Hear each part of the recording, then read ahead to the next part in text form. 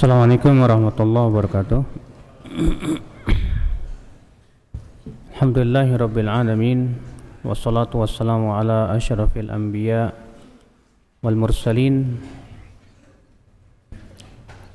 Nabiyina Muhammadin wa alihi wa sahbihi wa man tabi'ahum bi ihsanin ila yaumiddin.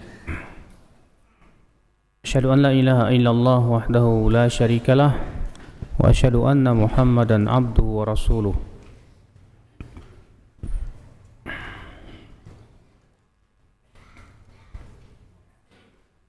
Kita lanjutkan hadis ke berapa ya? 1028 ya. 1228 kalau nggak salah. Hadis yang dikeluarkan oleh Muslim dari Muhammad bin Ziyad. Aku mendengar Abu Hurairah berkata secara marfu dari Rasulullah SAW, "Ma yasurruni anna li uhudan zahaban ta'ti alayya thalithatun wa indi minhu dinar illa dinarun arsuduhu lidainin alayya." Aku tidak merasa gembira kalau aku memiliki emas sebesar gunung Uhud dan lewat 3 hari sementara masih tersisa 1 dinar, kecuali dinar yang aku bayarkan untuk hutang-hutangku. Imam Muslim juga meriwayatkan dari jalan lain dengan lafaz "Lau kana li mithlu Uhudin zahaban", kalaulah aku memiliki emas sebesar gunung Uhud, ya, aku tidak suka apabila lewat 3 hari ternyata masih tersisa 1 dinar. Nah, di sini ya sudah pernah kita bahas sebetulnya, di mana Rasulullah SAW tidak ingin mempunyai kelebihan harta yang kemudian disimpan begitu saja tanpa dibagi-bagikan kepada kaum muslimin. Dan sudah pernah kita bahas juga tentang perselisihan para ulama hukum menabung, boleh nggak menabung. Sebagian ulama ada yang mengatakan tidak boleh, dan ini mazhabnya Abu Dzar. Pokoknya ada uang langsung infakan. Sebagian ulama mengatakan boleh, dan ini pendapat jumhur, dan itu yang ditunjukkan oleh Allah Subhanahu wa taala, "Walladzina yaknizuna adh-dhahaba wal fiddata wa la yunfiquna fi sabilillah fabashshirhum bi'adzabin alim." Dan orang-orang yang menumpuk-numpuk harta dan tidak mengeluarkan infaknya di jalan Allah, maka berikan kabar gembira kepada mereka dengan azab yang pedih. Kata Imam Mujahid, yang dimaksud dengan kanzun yaitu menumpuk-numpuk yang diharamkan di sini itu apabila tidak dikeluarkan zakatnya. Adapun kalau dikeluarkan zakatnya, maka laisa bikanzin, itu tidak termasuk kanzun, ya. Dan pendapat jumhur yang lebih kuat, wallahu a'lam, selama tujuannya tentunya untuk hal-hal yang lebih bermanfaat. Adapun hanya sebatas menumpuk-numpuk harta, ya, kemudian apalagi tidak mengeluarkan infaknya, maka itu perkara yang tidak baik. Hadis 1029. Hadis yang dikeluarkan Imam Nasa'i, berkata haddatsana Muhammad bin Al-Muthanna qala haddatsana Wahab bin Jarir qala wa haddatsana Abi dari Al-A'mash dari Husain bin Abdurrahman dari Ubaidillah bin Abdillah bin Utbah, bahwasanya Maimunah istri Nabi sallallahu alaihi wasallam pernah berhutang kepada orang lain. Ya. Lalu dikatakan kepadanya, "Wahai Ummul Mukminin, engkau berhutang sementara engkau tidak memiliki apa-apa untuk membayar hutang."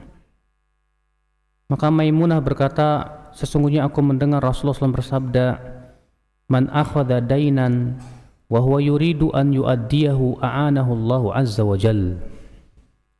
Siapa yang berhutang kepada orang lain dan dia memang berkeinginan untuk membayarnya, maka Allah akan bantu untuk membayarnya. Sanad hadis ini kata Syekh Albani rahimahullah sahih. Hadis ini menunjukkan akhi bahwa kalau kita berhutang kepada orang dan memang niat kita untuk membayarnya, insya Allah Allah akan bantu kita untuk membayar kalau ada niat kuat.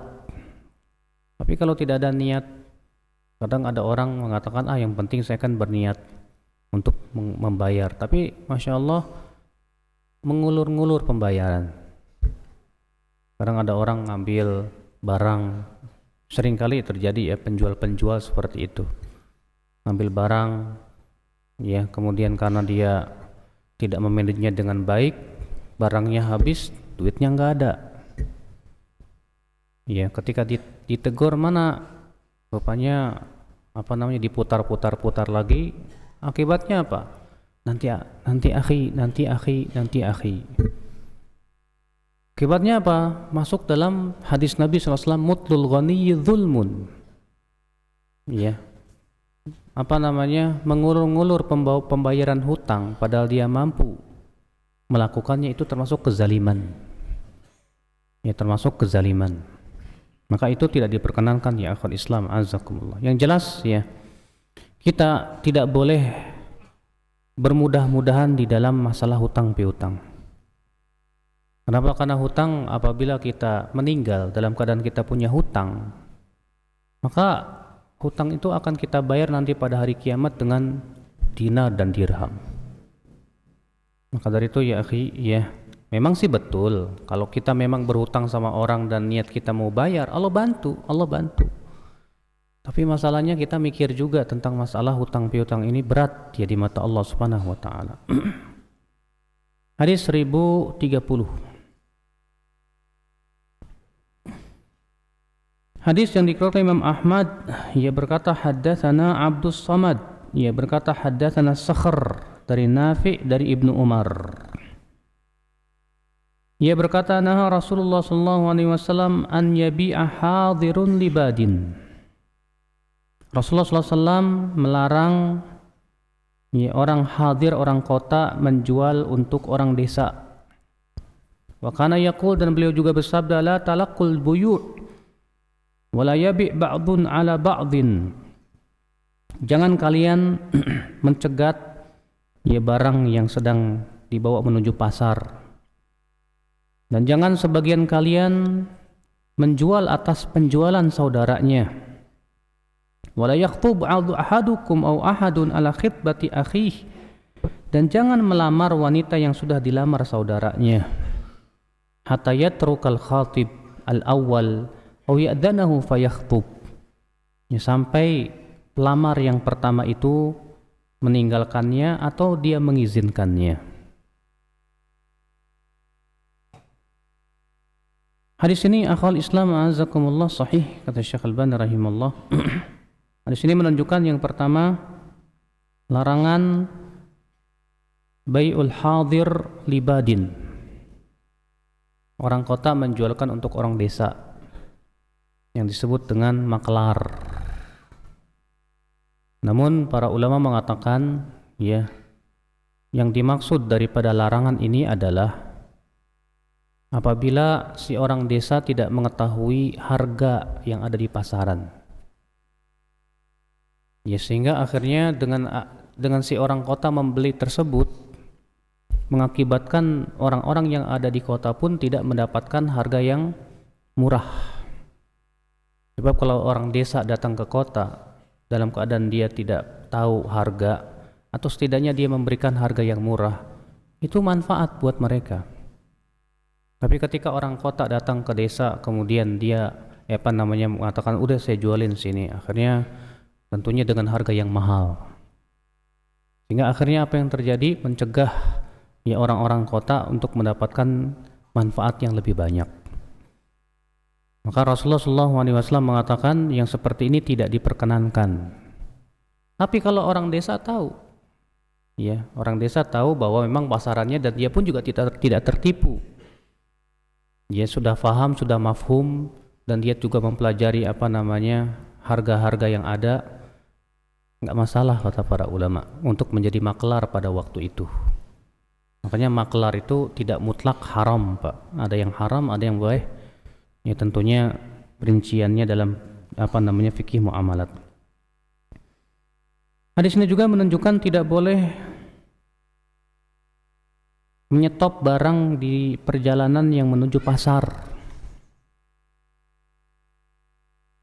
Misalnya kalau ada barang impor masuk, tapi sebelum masuk pasar kita cegat, kita beli di sana.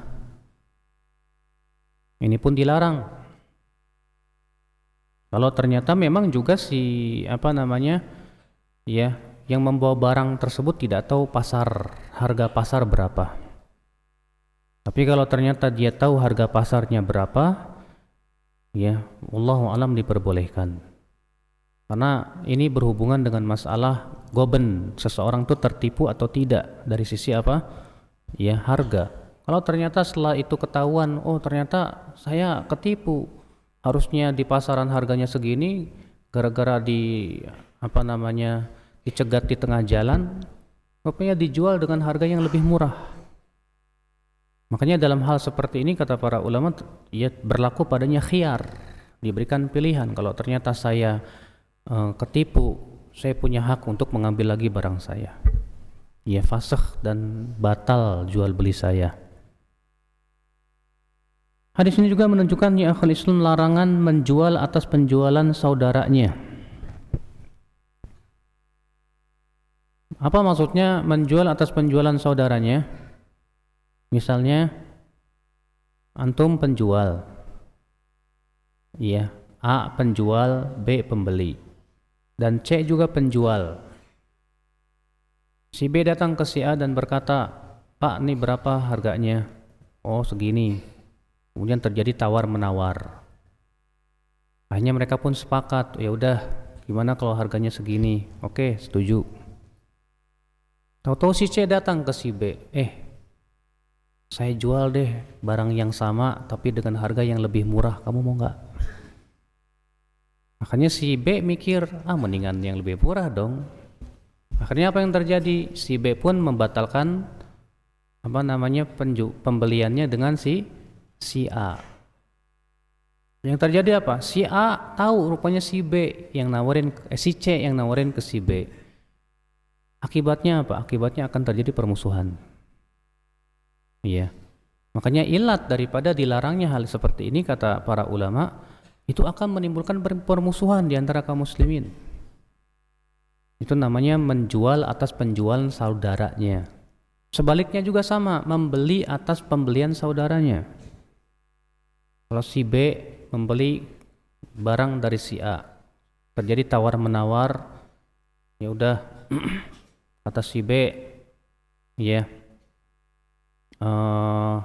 Saya tawar deh 50.000, mau nggak? Ya udah oke deh, nggak apa-apa 50.000. Tahu-tahu datang si E dan berkata kepada si penjual si A nih, udah saya beli deh dengan harga 100.000. Lah, udah capek-capek nawar, mau dapat 50.000, tahu-tahu orang datang mau beli dengan harga yang lebih mahal. Ini pun dilarang oleh kata para ulama. Sama halnya dengan menjual atas penjualan saudaranya. Kalau ini membeli atas pembelian saudaranya. Ya. Dan ini pun kata para ulama disyaratkan kalau memang keduanya sudah sepakat di atas satu harga. Maksudnya si A dan si B sedang tawar menawar, kemudian mereka sudah sepakat, ya udah harganya segini. Adapun kemudian kalau ternyata belum ada kesepakatan, antara A dan B, mereka masih tawar menawar, si A belum setuju, si B belum setuju. Tahu-tahu datang si C mengatakan, udah saya beli deh sini. Makanya si penjualnya bilang, ya udah saya jual ke si C aja lah, mendingan juga harganya enak. Maka yang seperti ini tidak apa-apa kata para ulama. Iya. Dan yang hadisnya juga menunjukkan tidak boleh melamar perempuan yang sudah dilamar orang. Namun ini juga sudah kita sebutkan akhi bahwa larangan melamar wanita yang sudah dilamar itu kalau si wanita sudah menyatakan persetujuan. Ya, si A misalnya melamar seorang wanita. Kemudian si wanita ini mengatakan, ya oke, saya mau sama si A. Rupanya si B datang bawa BMW. Ya. Wah, Masya Allah, mewah. Bilang ke si ceweknya itu, ya sama saya aja, saya kaya tuh, punya mobil BMW, nanti saya kasih kamu rumah dan yang lainnya. Nggak boleh, kecuali kalau si perempuannya ini belum memberikan apa? Jawaban. Dia masih bingung. Kalau dia memang masih bingung, terima apa enggak ya? Lalu kemudian datang laki-laki yang kedua, enggak apa-apa. Sebagaimana ada seorang wanita datang kepada Rasulullah dan berkata, ya Rasulullah, ada dua laki-laki yang melamar saya ya Rasulullah. Yang satu bernama Abu Jaham, yang satu yang bernama Muawiyah. Mana yang harus aku pilih ya Rasulullah? Kata Rasulullah, adapun Muawiyah, dia miskin, gak punya harta. Adapun Abu Jaham, dia suka memukul. Tapi nikahlah dengan Usama bin Zaid. Di sini Rasulullah menawarkan yang ketiga. Di mana wanita ini ya sudah dilamar oleh dua laki-laki, tapi wanita ini belum bisa memberikan jawaban. Ternyata Rasulullah SAW menawarkan laki-laki lain, siapa? Usama bin Zaid. Sehingga ini menunjukkan bahwa kalau si wanita ini belum memberikan jawaban, masih bingung, maka nggak masalah ya dilamar oleh laki-laki lain. Jadi itu yang larangan tersebut terikat kalau ternyata si wanita itu sudah menyatakan apa?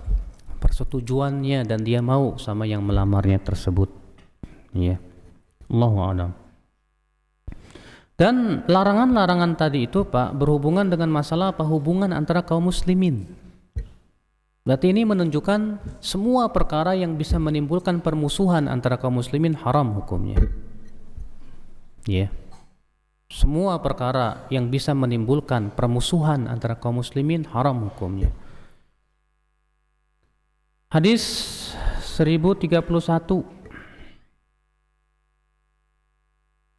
Hadis yang dikeluarkan Imam Nasa'i dari Sofwan bin Sulaim dari seseorang yang thiqah dari Abu Hurairah, ia berkata Rasulullah SAW bersabda, "Idza kharajatil mar'atu ilal masjid," apabila wanita keluar menuju masjid, ini dalam keadaan memakai minyak wangi, "faltaqtasil minat tib," hendaklah ia mandi dari minyak wanginya tersebut, "kama taqtasilu minal janabah," sebagaimana ia mandi dari janabat.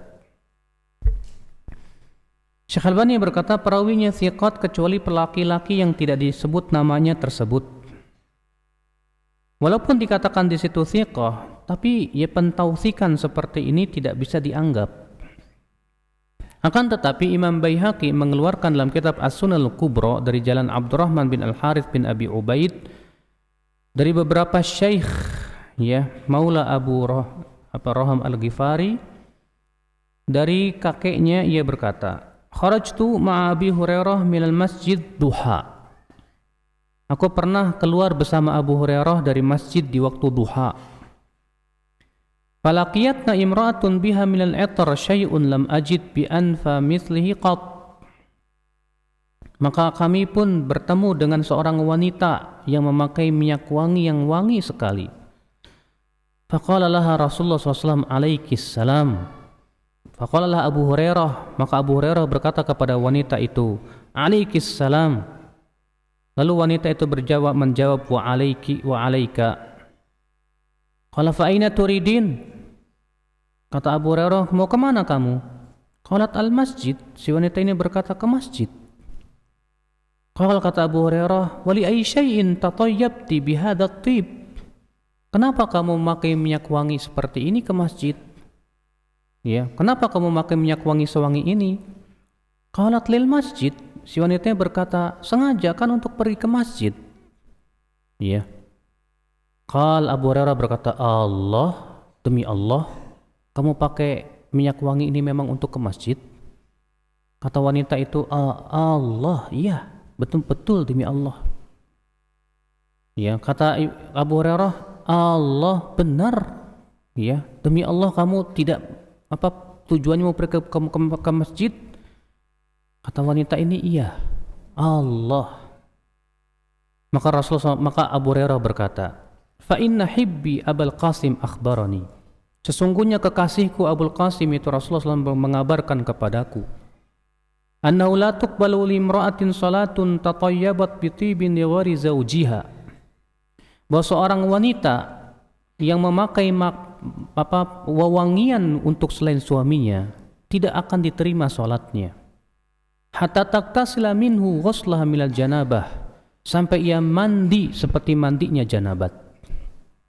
Faktasili fadhhabi faktasili min.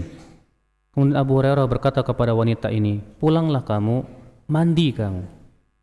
Famarji'i fasalli, kemudian setelah itu silahkan balik lagi dan sholat di masjid. Waqala, lalu ya Al-Imam Al-Baihaqi berkata, kakeknya ini Abul Harith Ubaid bin Abi Ubaid, dan dia ya Abdurrahman bin Al-Harith bin Abil Harith bin Abi Ubaid, dan meriwayatkannya Asim bin Abdullah dari Ubaid maula Abi Raham. Syekh Albani berkata juga dikeluarkan Abu Daud dan Ibnu Majah dari jalan Sufyan dari Asim dengannya. Dan Ubaid bin Abi Ubaid ini dianggap thiqah oleh Al-Ijli dan Ibnu Hibban, dan juga beberapa jamaah thiqat meriwayatkan darinya. Iya. Sehingga ada kemungkinan bahwa perawi yang thiqah yang tidak disebut namanya itu dialah Ubaid bin Abi Ubaid ini.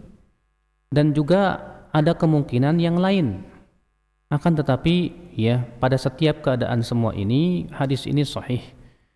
Ya karena Abdurrahman bin Al-Harith bin Abi Ubaid berkata Ibnu Abi Hatim dari Abu Zur'ah bahwa ia seorang la ba'sa bihi, tidak mengapa.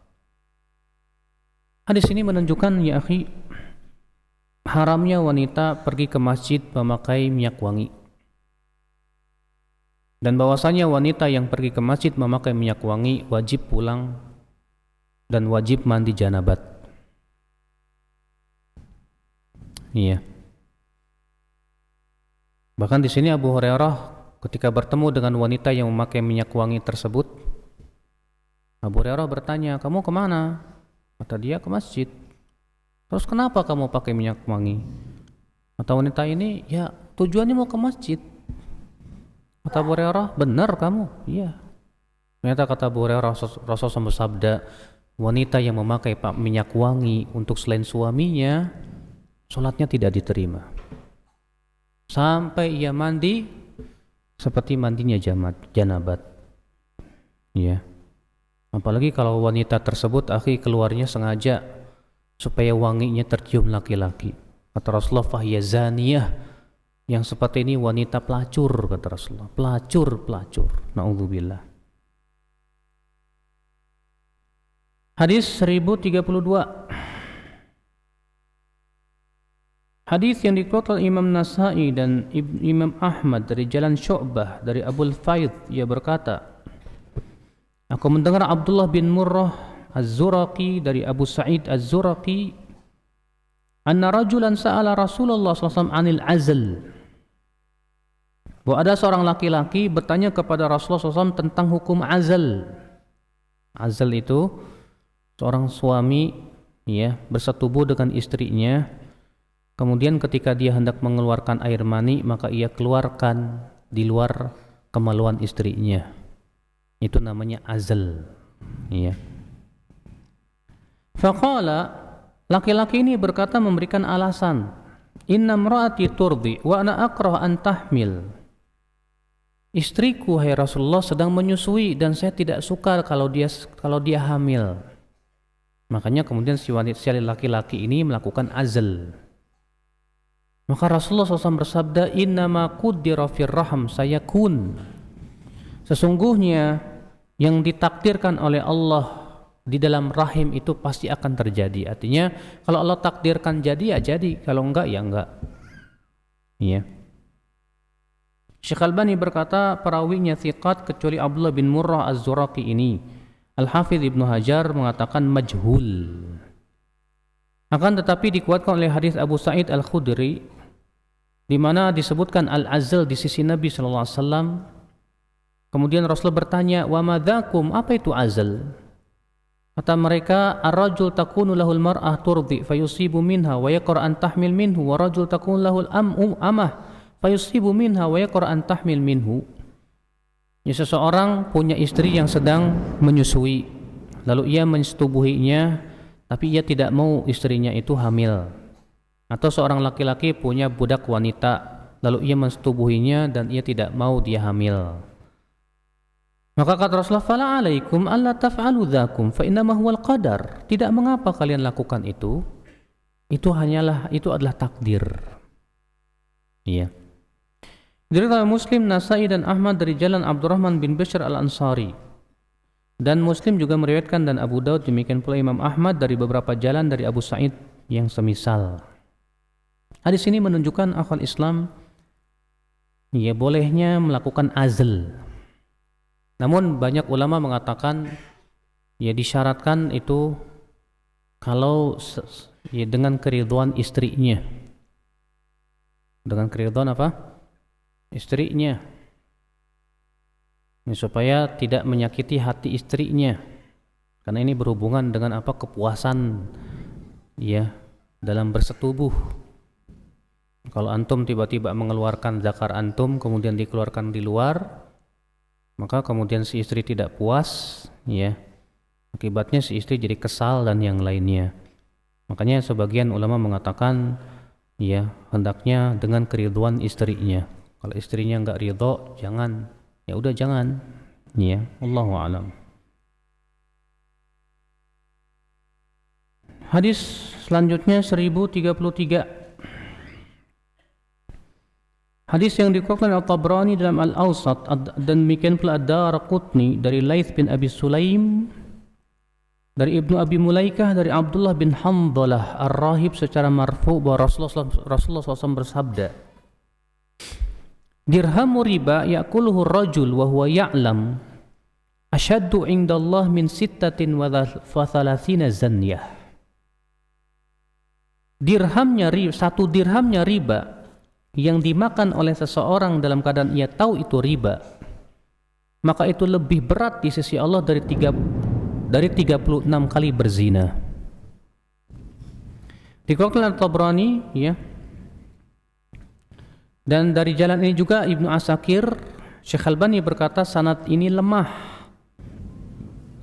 Kenapa? Karena di dalam sanadnya ada Laits bin Abi Sulaim, ia berubah hafalannya. Dan ia diselisih oleh Abdul Aziz bin Rufai dari Ibnu Abi Mulaika, ia berkata dari Abdullah bin Hanzalah dari Ka'ab, dari ucapan Ka'ab. Dan itulah yang benar kata Imam Nawawi, bahwa ini adalah ucapan Ka'ab. Dan disebutkan oleh Ibnu Asakir dan Imam Ahmad juga meriwayatkan dengan sanad sahih dari Ibnu Rufai.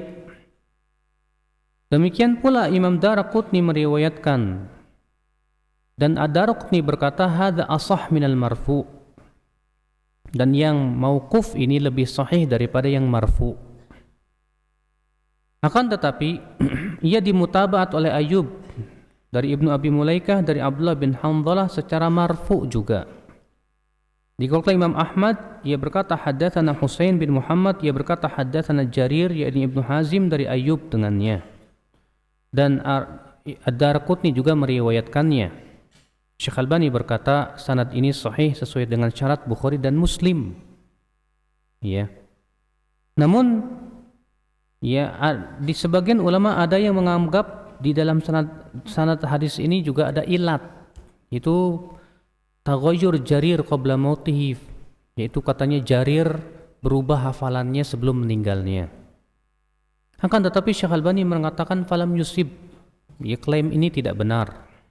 Li'annahu lam yasma' minhu ahadun fi hal ikhtilati. Kenapa Jarir walaupun berubah hafalannya sebelum meninggal dunia, tapi setelah berubah hafalannya itu tidak ada satupun perawi yang mendengar hadis darinya. Sehingga klaim seperti ini tidak bisa diterima. Kemudian juga kalaupun dikatakan bahwa yang kuat itu mauquf dari perkataan Ka'ab, tetap saja itu dihukumi marfu. Kenapa? Karena ini tidak mungkin berasal daripada ra'yu. Paham gak Pak?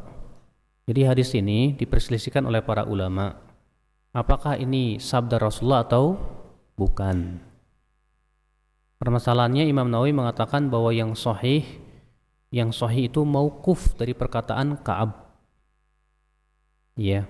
Kenapa? Karena mereka mengatakan bahwa yang memarfukannya, yang menjadikan hadis ini marfu dari sabda Rasulullah adalah Laits bin Abi Sulaim. Sedangkan Laits ini lemah.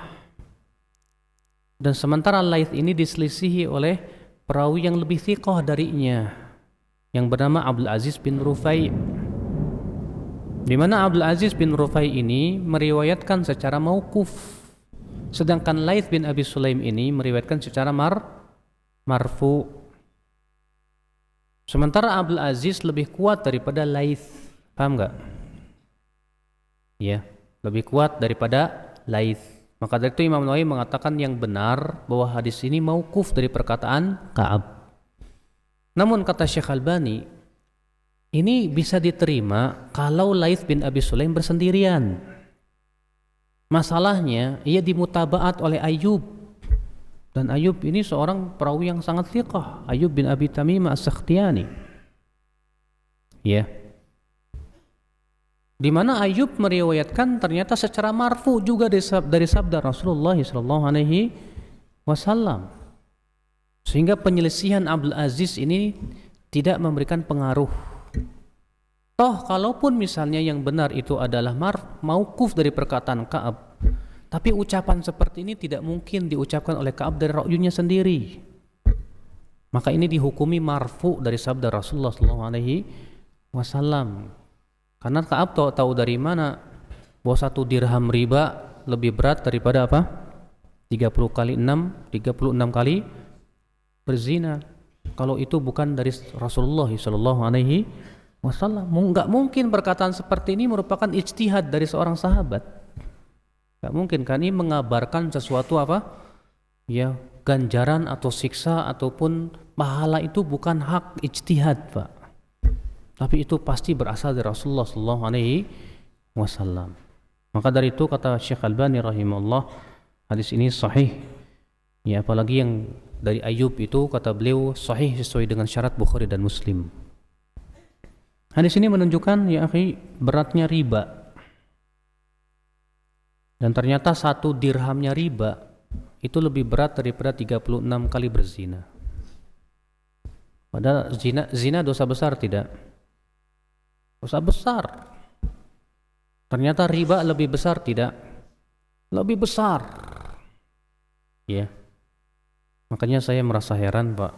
Ada seorang ikhwah datang ke saya dan berkata begini, Ustadz, saya terpaksa kredit motor dengan cara riba.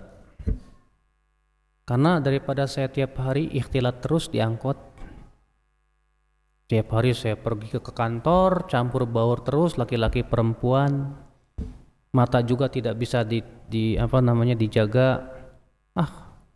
Ya, saya mendingan kredit motor aja lah.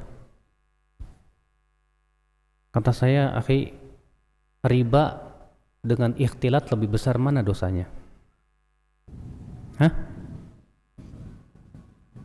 Kata Rasulullah, satu dirhamnya riba itu lebih berat di mata Allah daripada apa?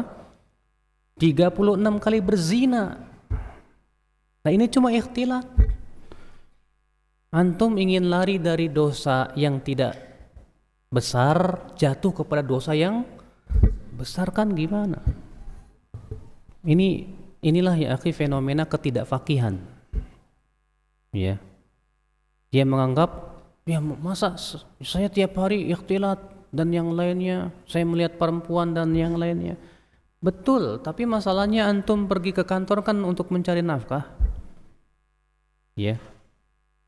Sedangkan ya akhwat Islam azakumullah, antum bisa menundukkan pandangan, antum berusaha untuk bisa menjauhi yang namanya ikhtilat. Tapi kalau antum dengan cara riba, berat masalahnya. Ya. Dan pemakan riba itu ancamannya besar sekali dalam Al-Quran dan hadis Nabi sallallahu alaihi wasallam. Sampai-sampai Allah mengumumkan perang. Ya. Allah mengatakan fa illam taf'alu fa'dhanu biharbin minallahi wa rasulih. Jika kalian tidak meninggalkan riba, maka umumkan perang melawan Allah dan Rasulnya. Iya. Demikian pula Rasulullah SAW dalam hadis-hadis mengancam riba. Seperti Rasulullah SAW menyebutkan beliau bermimpi, ya, dibawa oleh malaikat, kemudian diperlihatkan orang yang berenang di sungai darah. Ketika ia telah sampai di pinggir, sementara di pinggir sungai itu ada orang yang seram wajahnya. Kemudian setiap kali dia sampai di pinggir, dibuka mulutnya, dimasukkan batu, berenang lagi, terus demikian sampai hari kiamat, kata Rasulullah. Ya, siapa itu? Ketika ditanya oleh Rasulullah, kata malaikat, itu pemakan riba. Pemakan riba. Maka dalam satu riwayat dari Nasai, Rasulullah SAW sabda apa? Innali riba sab'una baban. Riba itu ada 70 pintu. Ya, yang paling rendah seperti seseorang mendatangi ibunya. Maka dari itu ya akhi, kita ini ya, kalau sudah tahu riba, segera kita takwa kepada Allah. Terkadang banyak orang berpikir, aduh, saya ini kerja di tempat riba, kalau saya keluar nanti makan apa? Kalau saya keluar nanti ngasih makan anak istri pakai apa? Kita katakan, akhi, yang ngasih rezeki kepada antum siapa? Allah. Allah yang ngasih rezeki antum. Kewajiban kita usaha cari rezeki yang ya. Insyaallah kalau kita tinggalkan sesuatu karena Allah, Allah gantikan dengan yang lebih baik dari itu. Kata Rasulullah, man taraka syai'an lillah, siapa yang meninggalkan sesuatu karena Allah, ya'awwadahu Allahu khairan min, Allah akan gantikan dengan yang lebih baik dari itu. Walaupun memang terkadang diuji dulu, ya. Ada orang keluar dari bank, ada orang keluar dari pekerjaan yang haram. Tapi kok Ustadz, setelah saya keluar dari yang haram, saya sudah usaha sana sini, bangkrut lagi, rezeki saya seret. Gimana ini Ustadz? Kita katakan, itu mungkin Allah ingin membersihkan dulu dosa ente. Allah ingin membersihkan dulu dosa-dosa kamu dari makan riba. Berapa tahun kamu makan riba? Iya. Setelah itu Allah berikan kemudahan buat antum, insya Allah. Dan yakinlah di balik kesulitan itu akan ada kemudahan. Allah mengatakan, fa inna ma'al usri yusra. Dan ada seorang ikhwah juga, dia cerita seperti itu. Setelah dia keluar dari bank, dia pusing minta ampun. Kenapa? Karena biasa ya, yang namanya kerja biasa enak, gaji gede, fasilitas ada. Kalau sakit ada asuransi dan yang lainnya. Tahu-tahu pas keluar nggak ada penghasilan. Pusing nggak Pak? Pusing. Ya. Tapi alhamdulillah dia terus, walaupun misal dia dagang kecil-kecilan dan yang lainnya, ya dia kerjain juga. Ya udah, yang penting sedikit, yang penting halal lah. Tapi alhamdulillah kata dia, ya usaha saya semakin menanjak. Usaha saya semakin menanjak dan bagus usahanya sekarang, alhamdulillah. Diganti oleh Allah dengan yang lebih baik. Cuma butuh kesabaran aja Pak. Ya butuh apa? Butuh kesabaran. Kalau nggak sabar sulit. Taib ya akhul Islam, azakumullah. Dan kita hidup di zaman sekarang ini Pak, wah riba di mana-mana Pak. Iya, hampir-hampir bisa dikatakan kita ini sulit sekali untuk lepas dari apa? Dari riba. Antum beli mobil kredit, kebanyakan kredit riba. Beli motor leasing, kebanyakan sistemnya riba. Iya. Wah. Mau beli rumah riba. Jadi akhirnya terkadang ada orang berpikir dengan cepatnya, aduh, ya kalau kita ngumpulin duit sampai mau beli cash kapan bisanya? Ya. Islam kan mudah. Allah mengatakan yuridullahu bikumul yusra, Allah menginginkan kemudahan buat kamu. Kok ini masalah malah mempersulit sih? Makanya apa? Makanya dia memudah-mudahkan sesuai dengan selera dan hawa nafsunya. Sabar akhi, sabar. Ya, sabar insyaallah. Kalau kita betul-betul niat karena Allah untuk menghindari riba, Allah bantu insyaallah. Allah bantu insyaallah. Dan riba dibagi oleh para ulama menjadi dua ya. Riba apa aja? Riba fadl dan riba apa? Nasi'ah. Apa itu riba fadl, Pak? Riba fadl itu riba dalam jual beli. Kalau riba nasi'ah itu biasanya adanya dalam utang piutang. Dalam jual beli yang seperti apa? Itu dalam 6 jenis: perak, emas, kemudian apa lagi? Kurma, apa lagi? Bur, syair, dan garam. Ini disebut oleh para ulama sebagai barang-barang riba. Emas, perak, apa lagi? Kurma, terus bur, syair, dan apa? Dan garam. Emas dan perak ilatnya sama. Apa ilatnya emas dan perak? Samaniyah, harga. Sedangkan bur, syair, garam, dan kurma, ya, ilatnya apa? Ilatnya apa? Makanan pokok yang ditimbang. Ya. Maka dari itu ya akhul Islam a'azakumullah, yang satu ilat dengan emas dan perak berlaku padanya riba. Apa itu? Uang. Maka Rasulullah mengatakan apa? Emas dengan emas, perak dengan perak, kurma dengan kurma, garam dengan garam, bur dengan bur, syair dengan syair. Mislan bimislin, harus satu takaran. Yadan biadin, harus dibayar pada waktu itu dari tangan ke tangan, langsung. Artinya kalau antum beli emas dengan emas, maka tidak boleh berbeda apa? Gramnya. 1 gram emas dengan 1 gram emas, udah. Bagaimana Ustadz kalau saya beli 2 gram emas 22 karat atau 18 karat, saya beli dengan 1 gram emas 24 karat, boleh? Haram. Kenapa? Karena ini emas dengan emas. Kalau emas dengan emas tidak boleh beda takaran, tidak boleh beda timbangan, dan harus dibayar pada waktu itu juga. Kalau ada orang yang kredit emas, boleh enggak? Haram. Kenapa? Karena Rasulullah mengatakan bahwa emas dengan emas harus dibayar pada waktu itu juga. Fa idza ikhtalafat hadhil asya, tapi kalau beda barangnya walaupun satu ilat, maka pada waktu itu kata Rasulullah boleh beda timbangan idza kanat yadan biadin, tapi harus dibayar pada waktu itu juga. Contoh misalnya beli perak dengan emas. Boleh beda timbangan? Boleh. Saya beli perak 5 gram saya dengan dibayar dengan emas 1 gram. Boleh? Boleh. Tapi syaratnya satu, apa? Harus dibayar pada waktu itu juga. Maka kalau kita beli emas dengan uang, boleh tidak?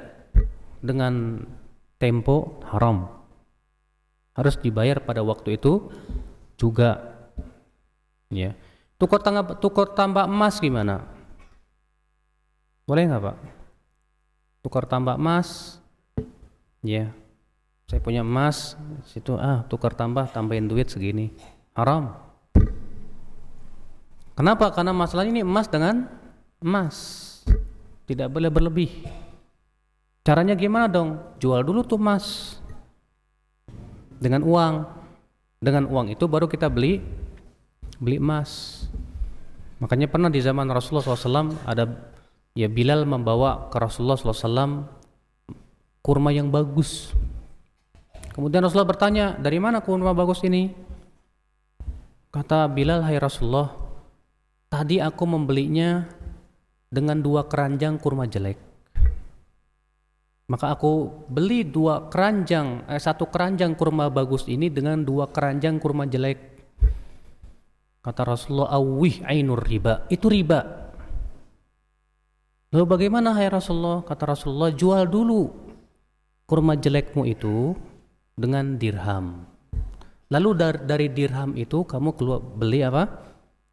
Kurma yang bagus. Ya.